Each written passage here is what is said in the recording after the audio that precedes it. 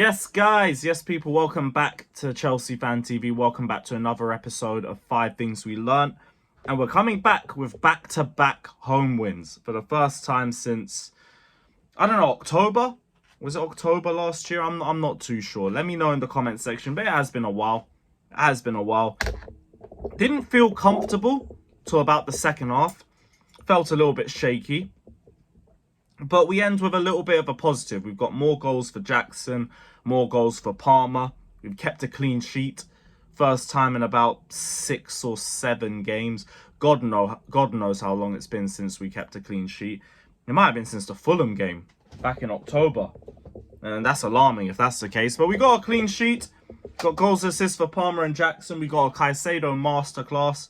Solid defensive performance.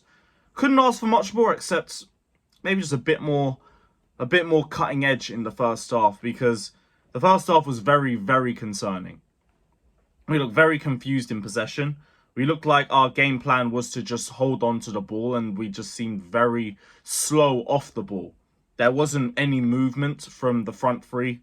It was just Mudryk trying to make things happen, but not a lot of what he was trying was working out.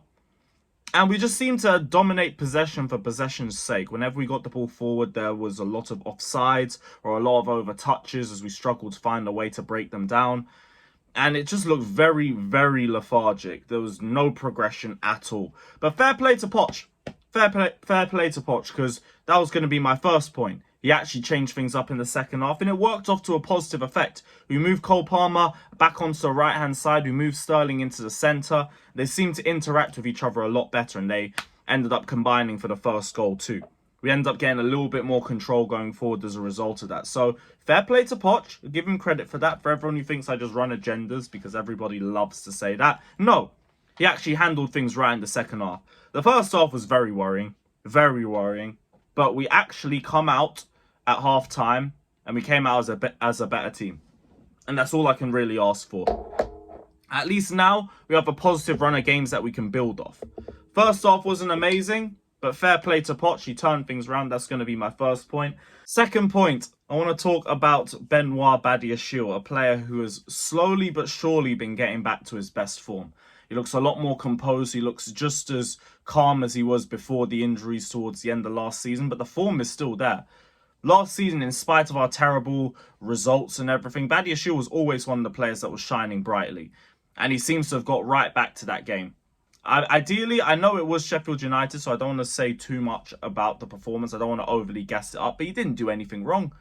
Defensively, he was such a force at the back, just using his strength to shield out players, driving the ball forward where possible to give us an extra option in the attack.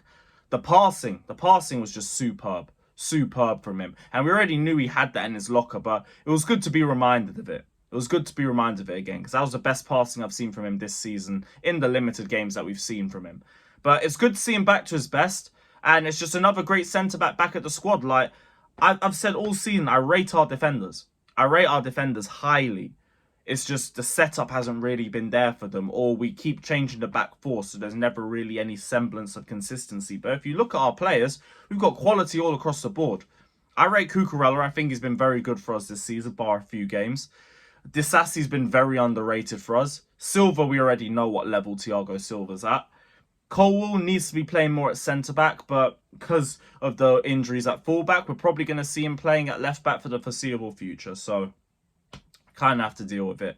Badiashile is just yet another welcome addition to that defence. And he is a guaranteed starter, first and foremost. Because of the aerial threat he gives us, because of how consistent his performances are, he has to start. It's just a question of Disasi or Thiago Silva. And you base that based off the opposition. But we have options. We should be keeping more clean sheets than we have so far. We should be conceding a lot less than we have so far. And hopefully, now Badiashile's back, we'll be able to continue on that front. On to my third point, because I do want to address the gaslighting that I've seen surrounding Caicedo. People talking about how he's been poor this season or how we've wasted our money on him. The only argument you could ever give me is the price tag. And no one will talk about the price tag when the performances are at the level that we saw yesterday. Caicedo was brilliant. Broke up play everywhere, tried to play make where he could, was always in the right positions, just drove the midfield forward relentlessly throughout the 90 minutes. even without Enzo Fernandez in the team.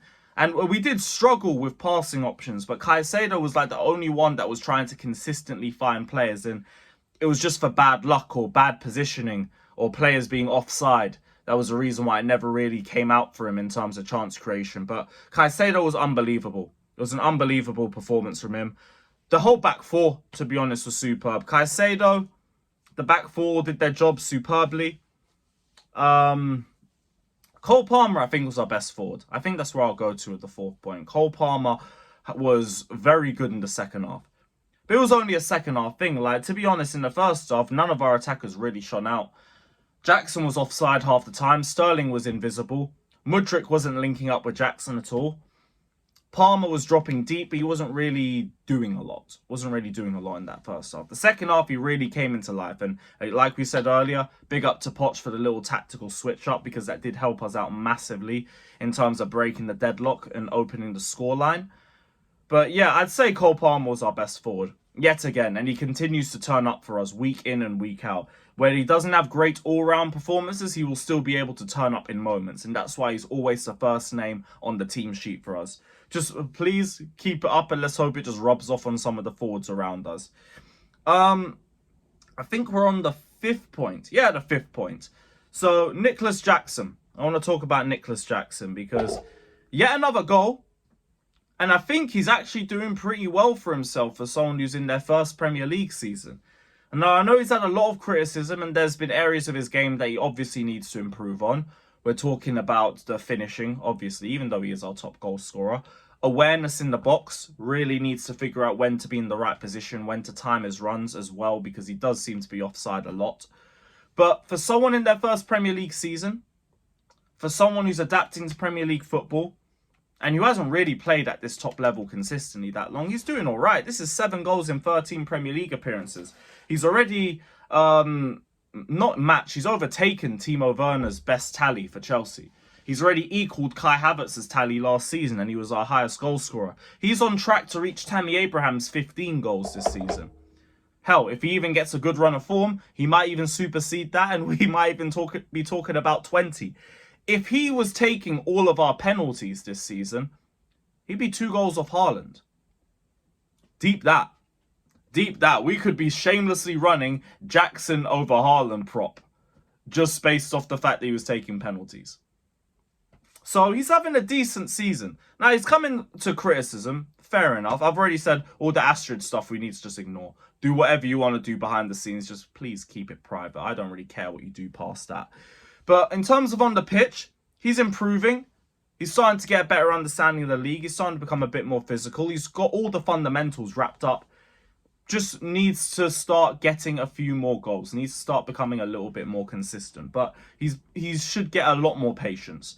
People who are willing to give Havertz 3 years but couldn't give Jackson 3 months is ridiculous to me. It's ridiculous. And it just screams UCL final tax as well. So give him a run. Let's see what he's like. Like, clearly the shoes are too big for him.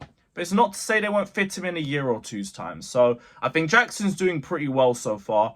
Just needs to keep building up, needs to keep developing. But the next few games are massive for us. We have probably our biggest game of the season in 2 days when we go to, we're back at the bridge against Newcastle. But yeah, it's a massive game for us. That's our easiest chance at a trophy. We take out another big contender for the trophy as well. And it might be our best chance of getting into Europe. Or we can consolidate Conference League already and focus on trying to get higher up than that. At least that would give us something to look forward to. It would give the fans something to enjoy. Chelsea players would get a feel of what it's like to win a trophy for us. There are so many positives to take from this competition and the run of games coming up. There is no reason for us to not go unbeaten until transfer deadline day. Now, I know I said that 2 games ago and we lost 2 in a row, but that still doesn't change the fact that we can do it. We are capable of doing it. So, you must. We go to Wolves, we do the same thing, we get 3 points. Same thing when we face Palace at home, Luton away, Fulham at home, Preston in the cup. Like, it all should be wins. It really should. If we want to be serious. Because get those wins sorted, I'm sure we're back in the European spots by the time we go to Liverpool. Form will be better. The mood will be a lot better.